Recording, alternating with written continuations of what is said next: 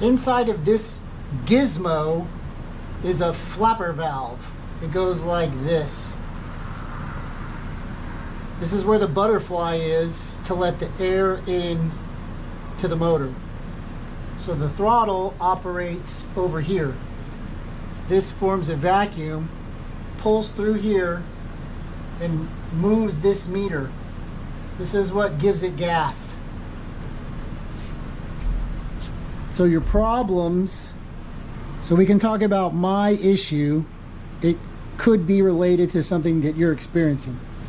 So I took all of this off to clean it, of course, because that's what I do. Everywhere one of these pipes is connected is a possibility for a vacuum leak. So the air pulling through here moves this. If air